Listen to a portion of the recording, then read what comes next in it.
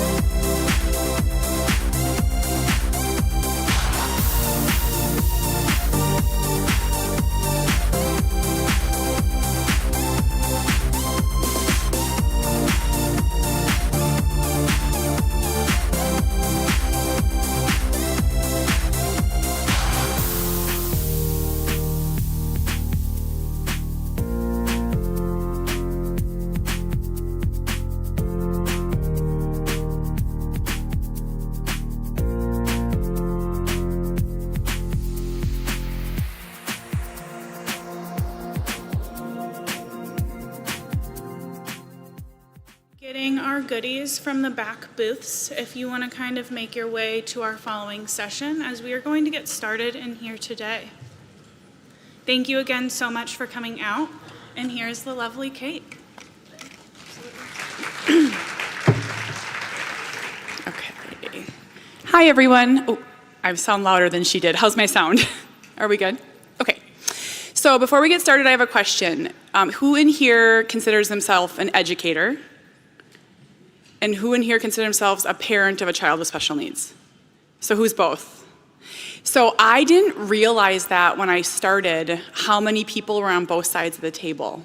You know, I always felt like in this odd way it was parent and educator, and we were just trying to meet in the middle. And as I've been sharing, I've encountered so many moms and dads that are like, I'm on both sides, and I didn't understand what it felt like to be the parent until I was sitting there.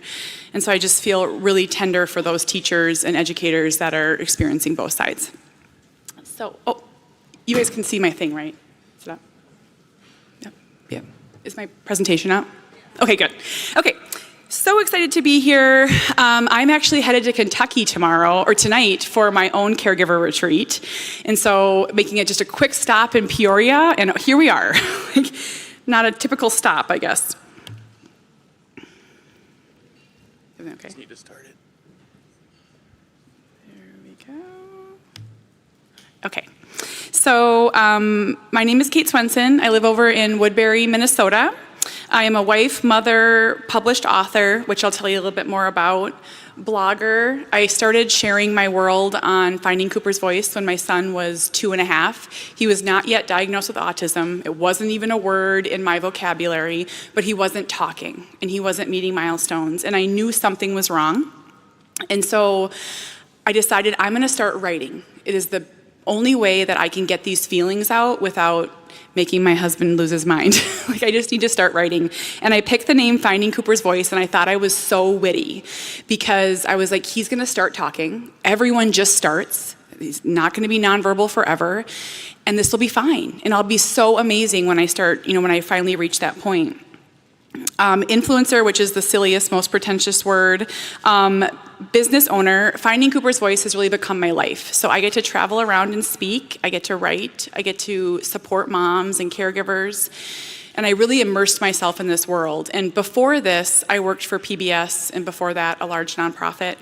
And I remember when I made the decision to quit my job and do this, my boss said to me, "Do you really want autism to be your whole life?" And I'm like, well, it sort of is. Like, there's really no way around that. But helping other moms and educators and nurses and doctors and therapists just understand our world, it just means everything to me. I started a nonprofit with my friend Amanda during COVID. COVID was hard on everybody. I mean, I think we all experienced that. But when you have a child with special needs, significant special needs, sometimes the only respite or relief you get might be an hour a week or 2 hours a week. And suddenly that was gone. I remember being so terrified. And these moms started reaching out to me online and saying, I can't do this anymore. Please help. And it's like, what do I do? I'm sitting in Minnesota. I'm struggling too. And so Amanda and I started a nonprofit called the More Than Project, where we brought free mental health counseling to caregivers. We made it really easy just for them to pop on a screen and start talking. Now we've launched into in-person retreats, which is why I'm headed to Kentucky. We're bringing about 225 moms. And I tell you, I did not know how wild moms get when you get them away. That was a shock. So we actually have a wedding-style dance party, and they get down.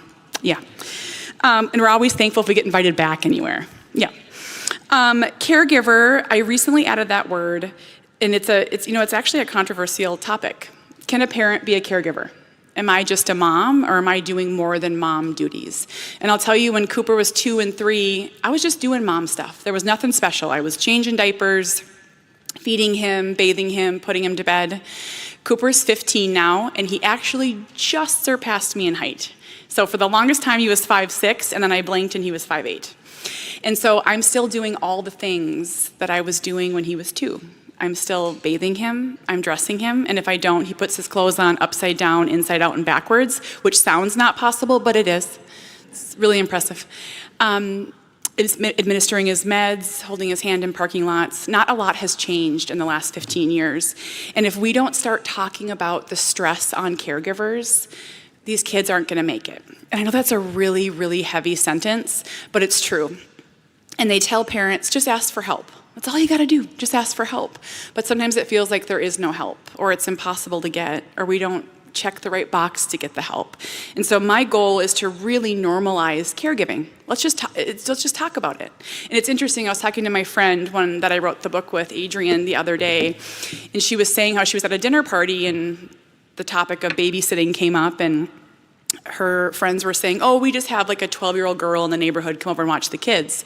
And she's like, and I have an Amos who's 12 with special needs. We can't just have a neighborhood kid come over. And she said she actually consciously thought, like, do I make this weird? Do I talk about my life? And she did, and she said it went silent. Like, you could hear a pin drop. And she's like, I don't want to make it weird. I just want to normalize it. And that's how I feel. And then advocate, and I was being, obviously cute when I put reluctant, but truthfully, when Cooper was diagnosed, I was not going to pound the pavement. Like, I was not going to do this. I felt like he wasn't talking. He was highly behavioral. It felt like our ship was sinking. Every time I could plug a hole, another one popped up. And I just thought, I just have to help my kid. That's it. I just have to get him the right therapy, the right magic thing to make him better, and he'll be fine. I learned really quickly that when you advocate for one child, and I just really want to just stress this to any of you that work with children like mine, you can make such a difference. And you're the ones that see things. So you see like some just little thing, right? It seems so insignificant. And you bring it to your bosses or whoever, and they're like, we can't do that. Never done it that way. That's how it feels a lot, but you can make such a difference. And the story I tell, we needed a fence when Cooper was little. Does anyone in here know what eloping is? Ah, my people. Hello. How are you? So Cooper was an eloper, more like a wild gazelle is really how I describe it. And he loved a challenge. Like, he could climb like a spider monkey. And I have another son who I'll tell you about, Sawyer. He's 2 years younger. And it got to the point where we couldn't safely be in our yard. Cooper would run into traffic. He would run right towards cars. He would look at me, smile, and run. And I couldn't keep him safe anymore. So we became really locked in our house. And I found out that our county offered support for getting a fence. And so I reached out to them, and they're like, oh, yeah, we do. We'll give you a 4-foot galvanized fence. And I was like, have you met a person with autism? Like, he will like back handspring over that sucker. Like, this is not gonna work. And I fought them. I was a single mom at the time. I was working my butt off in this really hard situation. There was an actual hearing.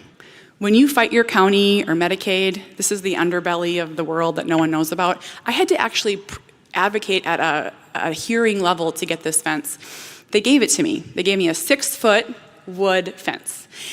And later I said to the social worker, I said, why did you fight me so hard? You knew you were breaking me. Why'd you do it? And she said, now we have to give it to everybody. So everybody that asked, I set the precedent. They got the 6-foot fence. And I looked at her, and I'm never witty, and I said, think of the lives you've saved. Don't you feel good? I was just so tired of fighting. And I know you feel that way. I know you see things that would be better. Just think of this sweet little boy there in the middle there, and know that you are making such a difference when you fight for kids. So thank you. Before I go to the next slide, I just want to point out this is my family. I love them when they're not moving. They are quite beautiful, aren't they? There's very few things that I really, really care about in life, and one of them is family photos, and I do them every 2 years, and I will get the photo. And I said the meanest thing I've ever said to my family to get this photo. I'm not going to repeat it here because you won't like me, but I got it. But look at my daughter's face. She was like, this is awful. But I got it. There they are, the tiny humans. I'll just tell you a little bit about them. Cooper in the upper corner, he was being Baloo the bear. That's how we got, he gave us 4 minutes for the whole family photos. We booked 2 hours, we got 4 minutes. It seemed fine. He is 15 now. He no longer looks like that. He's really thinned out. He's tall. He still has the most angelic baby face. He's just, people are always like, tell me about Cooper. And I'm like, oh, he's just the best. He really, really is. And I'll tell you, autism is the hardest thing I've ever done. I had no idea. And I wonder sometimes if someone would have whispered in my ear when I got the diagnosis, buckle up, buttercup. If I would have even believed him, how hard it was going to be. He is a freshman. I'm going to get much more into the education part, but he's a freshman. He just switched schools just 2 weeks ago. He's at what's now known as a Fed 4 school. And I know Illinois is different. But in Minnesota, a Fed 3 setting is a self-contained autism classroom within a public school.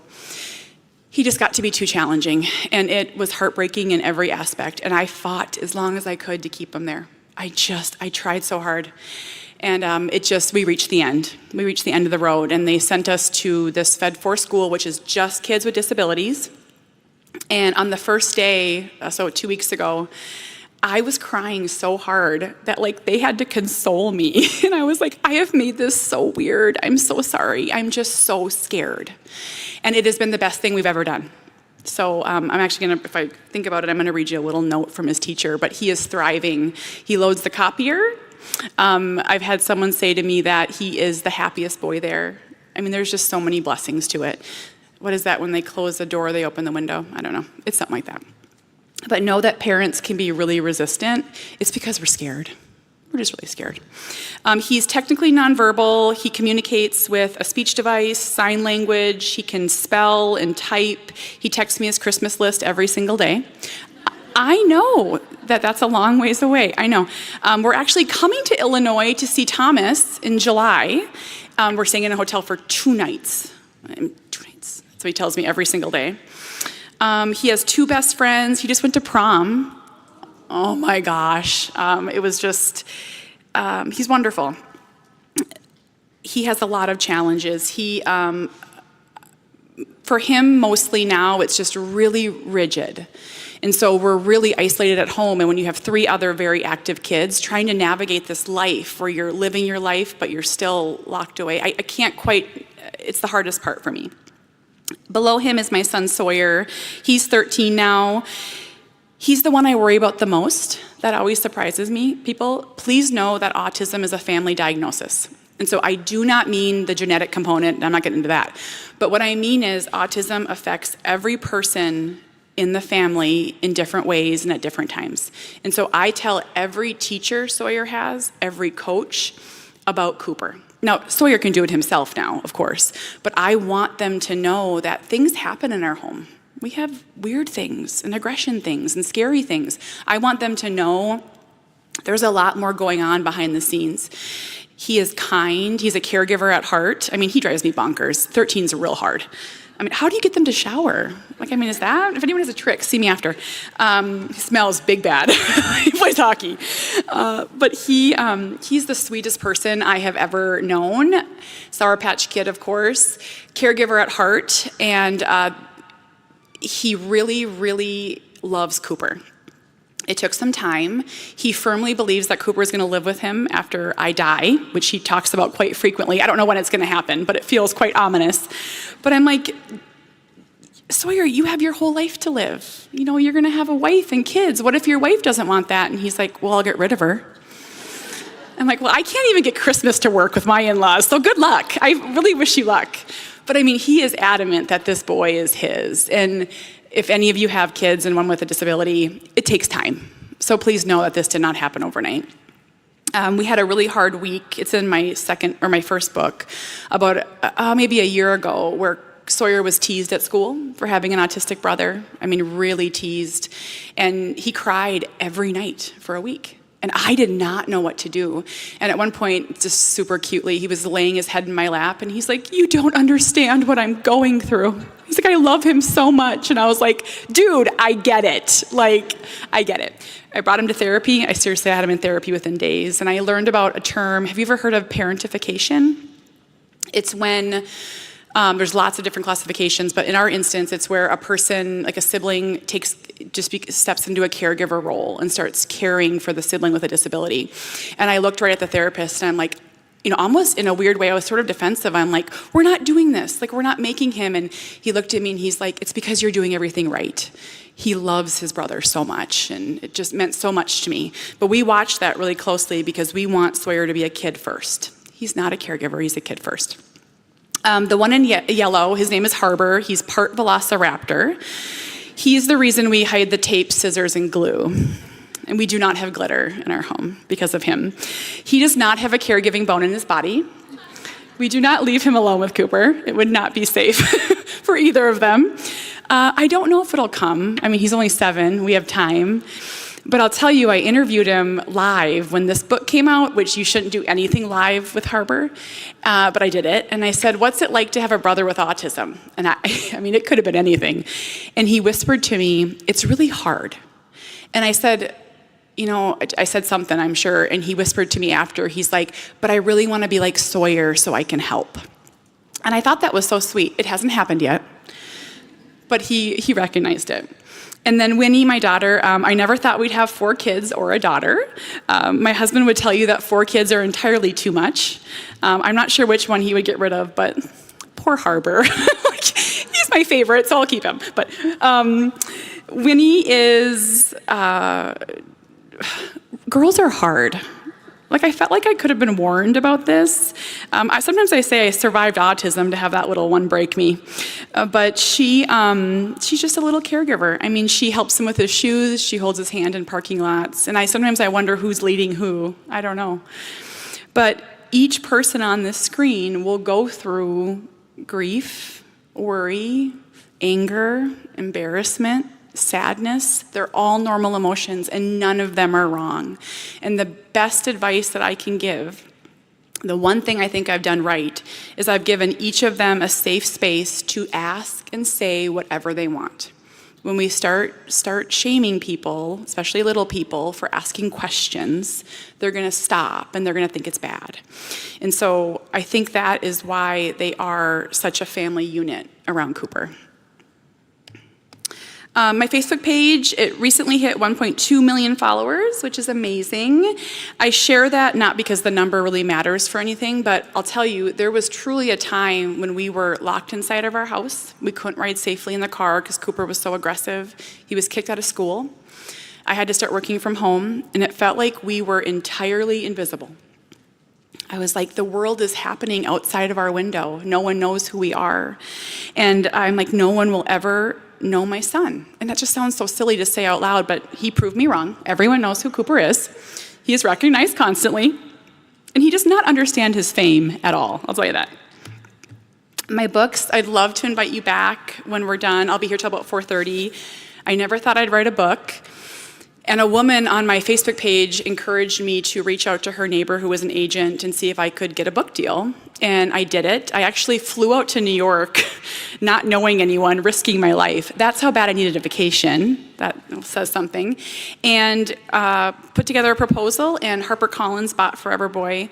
And I signed my contract 5 years ago on the Friday Does anyone remember 5 years ago in March on a Friday? The world shut down, trauma. The world shut down, and I had 6 months to write 60,000 words with all 3 kids home. Found out I was pregnant with Winnie. My husband was home every day. I was so stressed out. And I had these glass office doors, and my kids used to put their naked bodies up against the glass. And I was like, where's your father? It was so hard, but it turned out absolutely beautiful. It's helped so many people. I did not realize how much it would help teachers. And I didn't realize the parents who have adult children with disabilities will say to me, there was no support when my kiddo was diagnosed 20 years ago, 30, 40, and this has really helped me. And then I once had a sibling come up to me and say, now I know what my mom went through. And that just put me right over.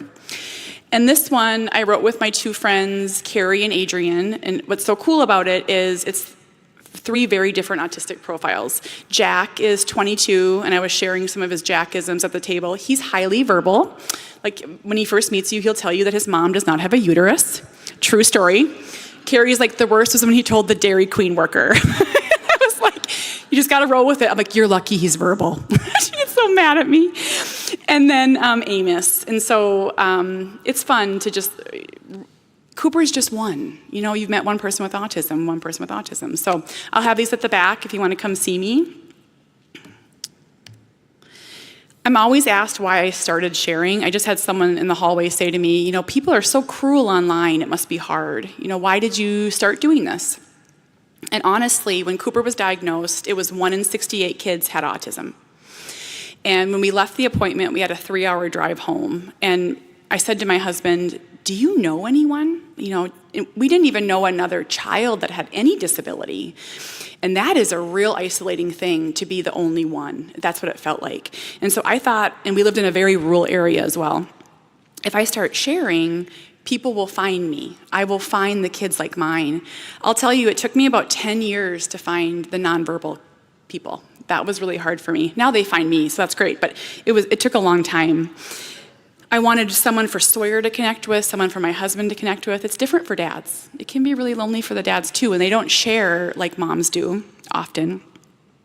As time went on, I realized there was a need for what I was doing, and I wanted to create a safe space for families to just share. So when you have a typical child, as I have 3, I feel like I can ask questions to my sister or my mom or someone at Target, just typical questions. When your child has a disability, where do you ask? And that was so hard for me because it was like we were experiencing these major things, hitting, self-injuring, potty training an older child. Should we do meds? And if you ask the wrong person and get shame, you're probably not going to ask again because you get scared. And so I just wanted to create this space to ask and learn. As time went on and I saw the need for what I was doing, I wanted to support, educate, and connect caregivers, especially those in crisis. I'm not going to get into it in this presentation, I will in the one later, but at my lowest point, and it might be hard to believe now, I was on my bathroom floor sobbing, and I was questioning why God picked me. And I'm like, I can't do this. I'm not strong enough. You got to pick someone else. You picked the wrong person. And I thought, I didn't think I could go on. And I know that there's other moms and dads out there who feel the same way. So if you have a parent that you can think of in your mind right now who seems so strong, they're the doer, they're the one that's never going to stop, they're going to change the world. I bet if you put a hand on their shoulder and you just said, how are you doing, mama? They would say fine. But then if you asked again, they'd probably cry because no one ever asks. No one ever does. And so please know that, and I just will keep stressing this throughout the presentation, that it's so much more about the parents than I think was ever anticipated. Cooper's fine. I am telling you, Cooper's a survivor. And you want to know why? Because he has me, and he has Sawyer, and he has his dad. But the caregivers, that's what we got to think about. And then lastly, shatter stigmas. I'll tell you, when he was 2 and 3, it was a lot easier than when they're this tall. And I know that the parents out here that have little ones that are really struggling, I don't want to scare you, that's never my thing, but our hardest autism years, were ages 4 to 8 because it was such a fight for everything and trying to figure out this diagnosis. But now that he's bigger, I really notice the unkindness of the world. And People are really nice to 2- and 3-year-olds, but when they get real big, it changes. And so I figure if I can share Cooper riding a trike, going to prom, hitting a baseball off the tee for Miracle League Baseball, and arguing about 2 donuts, otherwise he's not going to hit that darn ball. 2 donuts. Next time you see a person with autism in the community, you're going to think, I'm not scared. That's like that Cooper kid from Minnesota. That's just my hope. I'm going to share a video really quickly just so, because I'm not going to get too much into my family story, but just so you can learn a little bit about us. And I got to sit down with the Today Show after my first book came out. We are going to make this work. I get nervous though. So April is Autism Awareness Month, and the CDC says the developmental disability affects 1 in 44 children in the U.S., with boys 4 times more likely to be diagnosed than girls. Well, I recently spoke with one mother who is opening up about her son's journey and offering hope to other parents. The second that I looked down at him when he was born, I just knew there was something about him. But as development went on, he met his physical milestones on time. It was Kate Swenson's maternal instinct that saved her son Cooper. While doctors, therapists, and teachers told her some boys are just late bloomers, she felt that a clock was ticking. No one would really take what we were seeing seriously, and I was starting to panic because early intervention is key. Like, I want to help him catch up. According to experts, autism diagnosed before age 5, when the brain is still forming, gives a child the best chance for successful treatment. And Cooper was just shy of his 4th birthday. How did they diagnose him? I know there's a spectrum. Yes, he's on the severe end of the spectrum. He's technically nonverbal, and He's smart and he's funny and he's loving. I honestly felt relief when they told me, because I was like, now we know. The relief was short-lived as Kate and her husband Jamie realized their new normal was about to become a lifelong journey.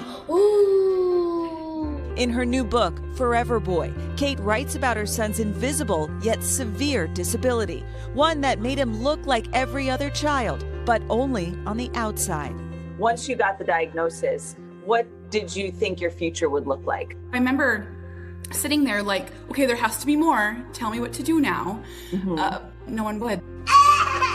The struggles were often intense. Cooper didn't speak. He ran away. He banged his head and was aggressive because he couldn't communicate. I really had some low points where we were dealing with those aggressions, and I was really lost. When Cooper was 2, Kate found out she was pregnant. Her son Sawyer was born without autism. Did you have reservations about having other children? We wanted more babies, and we didn't want to let this scare us to not having it. Buzz. But life with Cooper, who now could not socialize or be outside of their immediate family, drew Kate to a breaking point. It's just really hard. She began sharing her struggles in online blogs and videos called Finding Cooper's Voice. I just want him to be happy. And most of the time, that is enough. The secret world of autism is unbelievable. Her raw and honest posts helped create a supportive community for other families with autistic children. You just gotta keep trying, keep hoping, realistically hoping. How do you find the strength and the motivation to keep trying so hard? I was missing Cooper's life. I was missing it being sad. I was missing it waiting for this to get better. I was like, I have to change the way I look at this. And with that realization came another seismic change in the Swenson family. Jamie and Kate divorced. I really felt like I was carrying a lot by myself, because while my husband was very hands-on, he was just a little bit behind in the autism acceptance, which is very common in couples. So I needed to do it alone. After 2 years apart, Jamie and Kate remarried and added 2 more children to their family, a son Harbor, who is 3, and a daughter, Winnie, who is 10 months. Can I get that one more time? Today, after years of intensive schooling, therapy, love, and very hard work, Cooper is an 11-year-old 5th grader now communicating with a tablet. And while it's not his actual voice, the words and phrases are sweet music to Kate's ears. He's gonna have this great life. He's gonna do so many things, and I hope that the world can learn to see that those things matter too. Oh. Everything kind of changed for her when she switched her mindset. Not like, how can we fix this, to this is the situation, how do we help him grow? And she said, and watch him live, as opposed to trying to get to some destination. And that's what you worry, when you have a child who's neurodiverse, you're trying to, you can take care of the now, but you're worried about the future. And you're not sure, but, like Kate did, you got in there early, and you can have a great outcome. I like to share the end of that video because it sounds like Al knows me. Like, thanks, Al. They did an absolutely beautiful job with that video, I think. I'm just going to do a few slides before I finish up with the education part, but just a few slides about us for context. My mother-in-law said this sentence to me right after Cooper was born. You were so young to go through what you did, you were just babies. And it resonated with me so much because from the second Cooper was diagnosed, I'm going to say I was expected to be an expert. And I had no idea what I was doing. I still have no idea what I'm doing. And you could even say when he started not developing typically, not reaching milestones, and he was my firstborn, I did not know what to do. I'm often asked about my pregnancy. Very typical, nothing out of the ordinary with him. I was induced on 40 weeks exactly. I carried a lot of guilt for a while. Maybe I shouldn't have done that. Maybe I shouldn't have been induced. I don't know. But I'll tell you, the first time I sat at an IEP table and someone said, "Tell us about your son's birth," I was like, he came out? Like, I was not expected to be asked that question. It's just, suddenly when your child has a disability, everything is just fair game. Like, you just talk about everything. I'm like, he's here. I had a very traumatic delivery with him, and it's because he was a giant 9-pound moose of a baby. He did not want to come out, and I'll tell you, he wasn't breathing. And when you're on an airplane and there starts to be turbulence and you sort of look around to see if other people are panicking, I remember just vividly watching my doctor, who I trusted immensely, waiting for Cooper to cry, and there was no sound. And I don't know if it was 30 seconds or 3 minutes. I, to this day, don't know. But I kept watching him like, he's not panicking. Where's the cry? I was so scared. They eventually perked him up. When they handed him to me, I'll tell you, he was the softest thing that I've ever felt in my entire life. Like, I can still feel his skin. But the other thing is, there was something different about him from the second he was born. Now, I didn't know the word autism. I was first-time mom, knew nothing. But I went on to have 3 more children, and I'll tell you, there was something different from the second that he was placed in my arms. Where my other 3 babies immediately started nursing and snuggling, Cooper was like sitting up with perfect head strength, and he was looking around so annoyed. And that is actually how I would describe Cooper today. The world does not make sense to him. And the way I describe it, which I literally just did to a group of first graders, is if we go to a bowling alley, our kids know to get shoes and grab a ball. If we go to a park, they're going to climb that play structure. If we go to a movie theater, they're going to watch the screen. Cooper's autism is Cooper wherever he goes. He's going to be watching his iPad. It does not matter what setting we are in. The world does not make sense to him. He just likes his own little world. And he's made a lot of progress with that, for sure. But, and it goes both ways. He doesn't understand the world, and the world doesn't understand him. From the second he was born. I was really confident to be a mom, which I wasn't scared. I'd always been around kids. I had nannied, babysat. I know that's nothing like being a mom, but I just wasn't scared. I was so excited. He was challenging from the second he was born. He didn't know how to nurse. He didn't know how to suck with a bottle. He has very severe apraxia for my speech therapist friends, but obviously we didn't know that then. He did not know how to sleep, you have one job, sweet boy. He did not sleep through the night till he was 5, and he would sleep in these 45-minute increments. It's like he never got into REM sleep, and I remember, I lost I lost 60 pounds within months. It was just, I could not figure this boy out.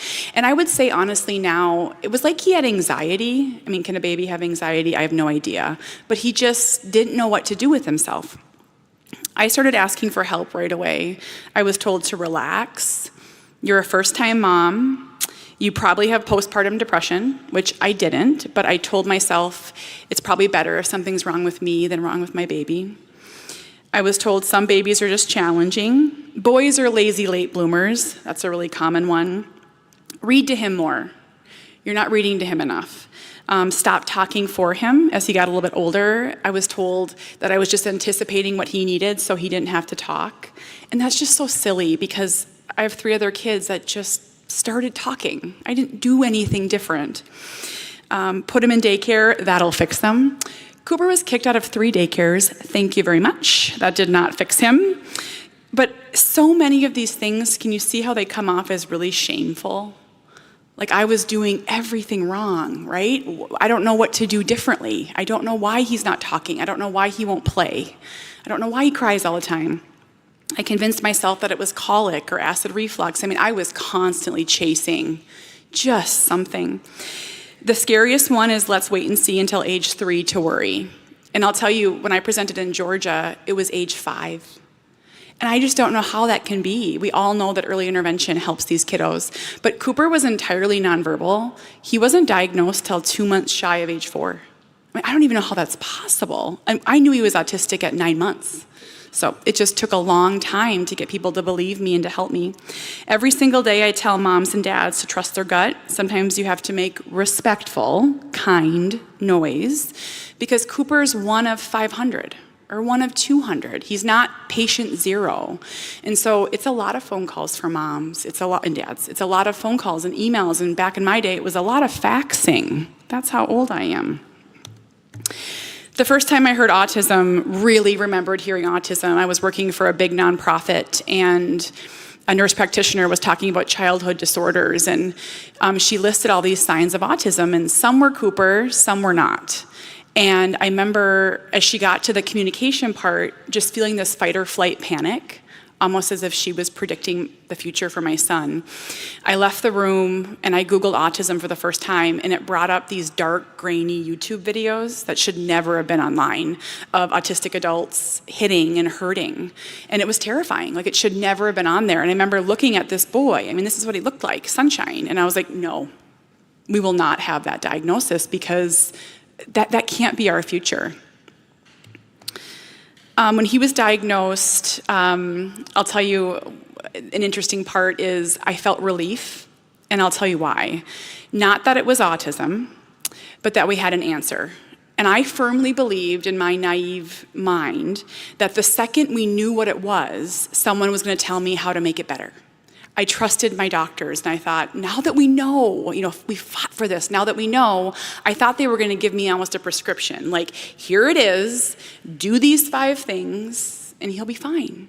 And it was almost like, good luck, good luck. And out we went, and we were already doing all the things. We were doing speech and OT and Help Me Grow, early intervention, all of that. There was nothing left to do. And it was very scary to almost feel as if we had reached the end so early. That wasn't the reality of it, but that's what it felt like. I love to share pictures. I'm gonna get into this in my next presentation because I wanna make sure I cover my education part. But I'll tell you, again, our hardest years were ages 4 to 8. And our doors each had 3 locks on them. We had locks on the windows, alarms. We couldn't be outside safely. Cooper started hitting, self-injuring. Our life became super controlled by this diagnosis. And when I speak to non-autism people, someone will say to me always, like, you shouldn't let it control your life. And that's funny, you can laugh at that. And I was like, what do you mean? There's no other way. Like, we have to learn to live alongside this diagnosis. And so it just became all-consuming to me for a lot of years. This is a quote in my second book. It takes incredible bravery and determination to have a child in special education because it often feels as if we were dropped into a building, one with posters of clubs and sports on the wall that my son will never be a part of. It's as if we were finally invited to the party but not able to truly join in. More than once, I felt like an imposter as I've walked the halls wondering if anyone even knows my son's name.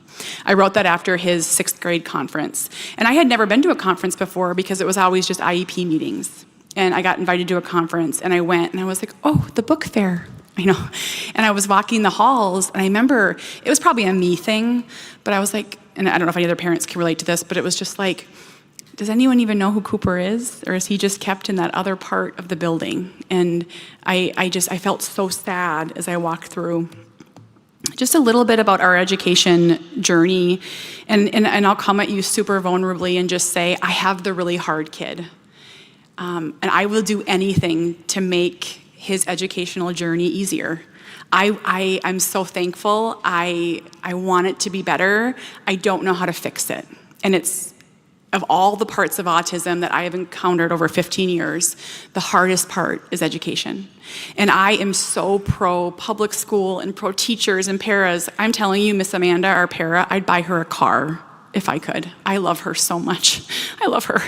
And I'm so thankful for everything we get, and I still feel so sad all the time.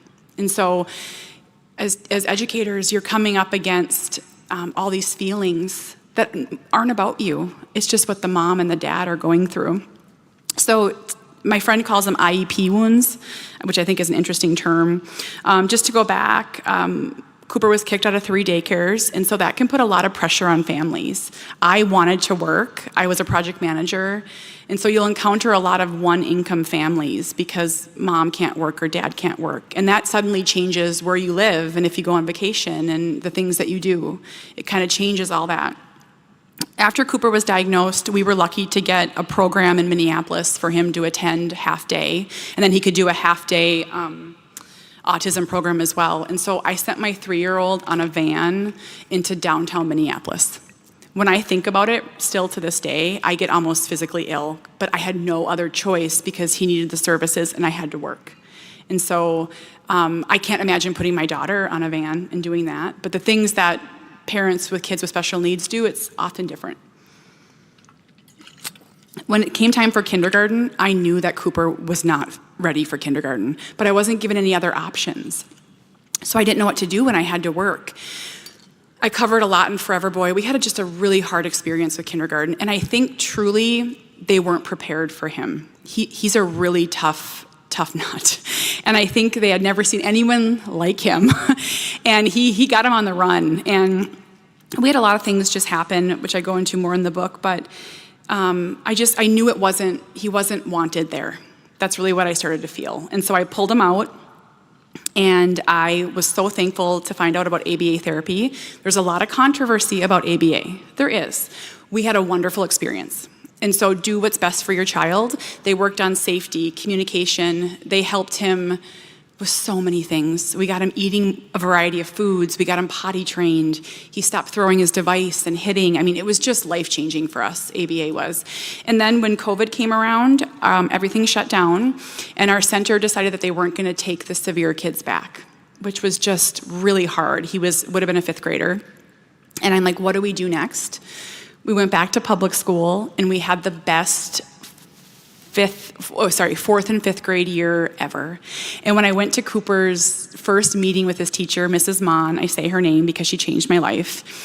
I was sitting with her at a conference table, and she was telling me all these wonderful things about Cooper. And I looked at her and I said, cut the shit. I'm not lying. It just came out of my mouth. I'm like, you're lying. And she's like, he is the most amazing boy. And I cannot even tell you how, I could cry right now. She was the first person to ever say anything nice about my son. And I will never forget her. And so the power that she had and the impact that she made. Then it was time to go to middle school. I was real scared, and I was told how middle school is hard. They're not lying. Middle school is real hard. And we had 3 really awful years. We kind of bounced around to different schools. We never really found something that worked. I go into it more in Autism Out Loud. And now we are in high school. We started at a Fed 3 program, that self-contained room, a pod at a high school, and it just got too hard. And I had to pick him up one day, and I saw him hit a para, and I've never seen him hit like that before. And I'm like, we're done. Thank you. Thank you for your service. They tried so hard, and it just didn't work. And so now we're in this school for kids with really hard behaviors, and I've never seen autism like this before. I didn't even know it existed. And I'm telling you, I had this school psych come up to me, and he's like, Cooper's the best. And I'm just so thankful. And another person said to me, I see him in the hallway, and he's always smiling. And so that's all I want to know as a mom is he happy? Is he liked? is he cared for? And so I'm so thankful. It's important to remember, I didn't write this, but this quote is powerful. It's important to remember that special education is not a place. It's not a room at the end of the hallway or the other part of the school. It's not a place where students with disabilities are educated separately from their peers. It is services provided in a variety of ways and settings based on a student's individual needs. That is powerful, because I always think of special education as the pod in the corner. That's where my kid is. But it's not. It's services that move with him throughout his day. The bravest act I've ever had to do is send Cooper to school. I am telling you, so I have my phone. My phone will never leave my hand when Cooper is at school. I wait for the phone to ring. If it's 425, I get nervous and cry because I'm so nervous. So just so you know, when you call a parent and the first thing you say is nothing is wrong, thank you. Thank you, I appreciate that. And those automated calls get us every time, just so that, you know, the moms are panicking when those automated calls come through. But I worry constantly. Parents like me are often labeled as difficult and angry. I'm not one of those moms that's like, I'm battling up for war at my IEP meeting. We've had all of our IEP meetings have been wonderful, most of them, honestly. I'm so thankful for the people that are sitting at that table, all 16 of them. But I'm so thankful, you know, and it's like, I think me being kind is gonna get us a lot farther than me coming in and fighting. That's not gonna get us anywhere. But I do think that as parents, we do have to gently push. We have to listen, but we have to gently push. To those of you who chose our kids, I'm so thankful for you. I know that you're not getting rich and you're not getting famous. You have selfless jobs. And you chose, just like the school that Cooper's at now, Fed 4, they signed up for severe nonverbal autism. And I just think, I love you. I love you so much. So thank you for choosing our kids and for believing in them. I want you to know that Cooper is my whole entire world and he is loved and treasured. And I share that because when you have a child in their hardest moments, think of it, the hardest one, they are someone's baby. I held him in my arms and I love him so much. So please know that they're someone's baby. I am grieving. At any point when you encounter a parent, they may be grieving and it probably has nothing to do with you. They could be grieving never doing sports. They could be grieving never being invited to a birthday party, whatever it is at the time. And so you're getting a lot of baggage when you're talking with them at meetings and phone calls, when you're emailing them. It's a lot. But know that it's probably mostly not about you. We're just sad sometimes. I know how challenging he can be. I'll tell you, when he went to kindergarten, I called him spirited. Now I have a challenging kid. I know. There's no point in sugarcoating or pretending, but he's really worthy. He's really wonderful. I never stop worrying, not ever. This next one, if he's not liked or loved or feared, it's very dangerous. And so what I mean by that is if we ever encounter a para or someone that doesn't truly love him and want to support him, they might not protect him. And that's a really scary thought. And so I wish that there wasn't all the rules with education and we could just say the things. Like, if you don't like my kid, I wish I could just know. And I think, imagine thinking that, because I've never thought that about my neurotypical kids. I mean, everyone loves them, you know? And I have this tough kid.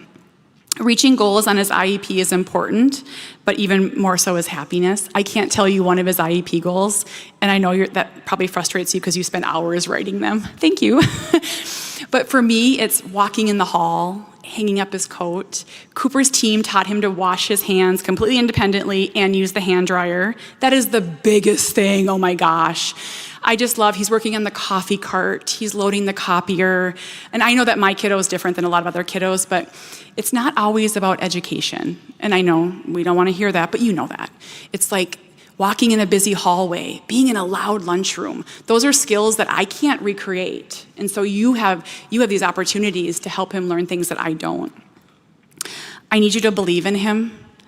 If we ever find an educator that doesn't believe in him, we have to go, because what's the point? Like, he's capable of so much. Your words matter. You have so much power.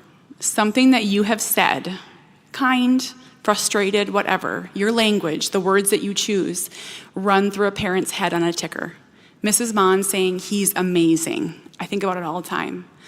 I had a daycare provider tell me that Cooper would never talk, ride a bike, or make a friend. She told me that when he was 18 months. I think about it all the time. Why did she say that? How did she know? You know, and it's like, you have so much power. Please don't talk negatively in front of my kiddo. I know I used to do it. I used to say things thinking that he couldn't understand. Oh, he understands. So, and we all do it, but I went on a field trip with Cooper a while back, and I heard some really not nice talk about another student on the bus, and it just made me really sad. So again, what you say matters so much. What parents need, and again, we're probably harder than the kids, right? Believe in my child, even when we're struggling. Presume competence, I love that phrase. Positivity about my child, anything you can say. So Mrs. Mon said to me, I could tell you 50 hard things that happened today, but you don't need to know all those. If it gets bad enough, I'll tell you. And she would always tell me at least one nice thing. And his new teacher texts me or messages me on the app, and he'll just say, like, Cooper told a joke today. I'm like, I don't know that. He can't tell me anything. So anything about his day, like Cooper danced today to the Cars soundtrack, you know, and then I can ask him. It's so wonderful. Goals outside of education, I just huge fan if you can. Sometimes we need to be pushed. I was terrified of so many things. At Cooper's old school, like I did not want him going to the gen ed homeroom. I was big scared. Like, what if they tease him, or what if he does something? And they're like, we're gonna try it. And he loved it. He loved it. Just different, push me sometimes. You know them really well in that setting, so I trust you. So keep pushing me. I love to know what's happening in his day. Inclusion, the right amount. And I'll tell you, you're gonna encounter this. I know you have. The story I'll tell, my friend Adrienne, her son wasn't invited on the field trip a while back. And she asked why, and they said, well, we just assumed he wouldn't want to go. And she's like, well, why didn't you ask? And so I think sometimes how we've always done it is how we keep doing it. And so I go on all the field trips with Cooper. And I'm not always engaged, but I'm there. And that means that he can go. So sometimes if we just make small little tweaks, we can do it. Help me see the bright side. I'll tell you, Cooper can't use a pencil, but he can sure type. And so there's different things where, I was sort of sad for a hot minute about this special needs adaptive prom. I was like, I just felt like a little bit of grief. And then I went there, oh my gosh, it's the best thing I've ever been to in my entire life. But so sometimes it takes just seeing it a little bit. And support. And so I know your plates are full, but any way you can support a sibling, any way you could just say something nice to mom or dad, it means a lot. And then lastly, a child with disabilities often spends hours being taught how to interact with others, but why don't we spend time teaching those without disabilities how to interact with them? There's been a lot of progress in this. Do any of your schools have Unified Club or Best Buddies? I have never seen anything as amazing as Unified Club. And so our high school has it, and so kids opt into this group or this class, and they have weekly, monthly events. They put on the prom. So it's student-led. And what's so cool about it is they all know Cooper's name. And so that's what I want, right? For people to know him. So we were walking in the hallway and they're like, Koopaloop, And I'm like, who are you? He can't tell me. But it's just so cool that he's known. And there are touch points for this. I'll tell you, I know a lot of gen ed teachers get nervous sometimes because I've been told this. Like, I have this kiddo in my class and I don't know how to work with them, and I get that, trust me. And maybe you feel like you don't have enough training, you're not supported enough. I understand that too. Some of the things I'll say with Coop, he's just a kid.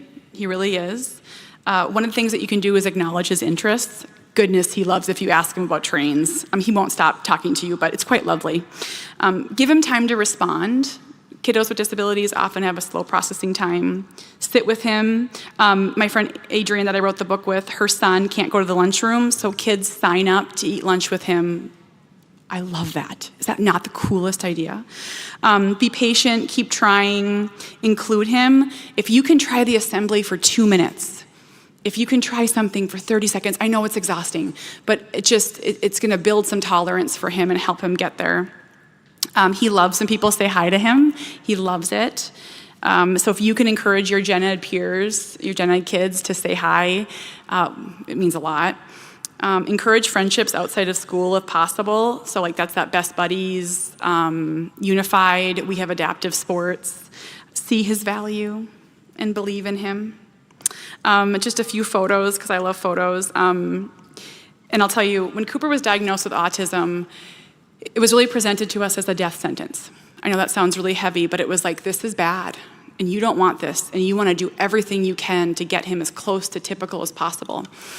And I was sad for a lot of years, and angry and frustrated, and I felt like we weren't getting anywhere. And I'll tell you very confidently that we have a really beautiful life. We are joyful. We are happy. We're not sad. We're not sitting around crying. We're real sad. Or, nope. Freudian slip. We're real happy. I promise you. Just kidding. But yeah, Cooper and Sawyer playing video games at an arcade. We didn't even know he knew how. We brought him to the Wisconsin Dells. Oh my gosh, he loved it. It was, that middle one on top there, that's Cooper and his two best friends. Yep. I always thought inclusion was typical and disability. For us, it's disability and higher functioning disability. That's what works the best for us, is that Cooper, so Peyton has Kabuki syndrome, Dexter has autism, and they run his show. Peyton's like, she's only about this tall. She has Kabuki syndrome. She's like, get up, big boy, we're going. I'm like, oh. You should have seen her dancing with him at prom. It got real frisky. And he's never gotten mad at her. Like, he's just so kind to her. That's Cooper doing adaptive sports. If you guys have Miracle League, Challenger, there's different names, phenomenal, life-changing for parents. Encourage them. Cooper hates baseball. He sits down. He just goes for the donut. But Sawyer's out there pushing wheelchairs. My husband and I are out there chatting. Encourage connection wherever you can. Just a few other photos there. That was Cooper and Peyton on a field trip. That middle one, we went to, have you ever heard of navigating MSP? You probably haven't, but we got to go to the airport and do a mock flight. It was amazing. And I just want to say thank you for choosing our kids. If I could say it to you as many times as possible, education, again, is the scariest, most worrisome part for me. And when I hand him to someone with a smile on their face who loves him, I can breathe for a little bit. And so I'm so thankful for you. Thanks for coming.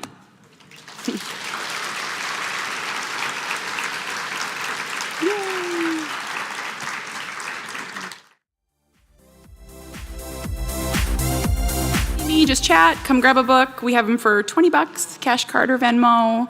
And great for Mother's Day gifts or teacher gifts, they're great. Okay.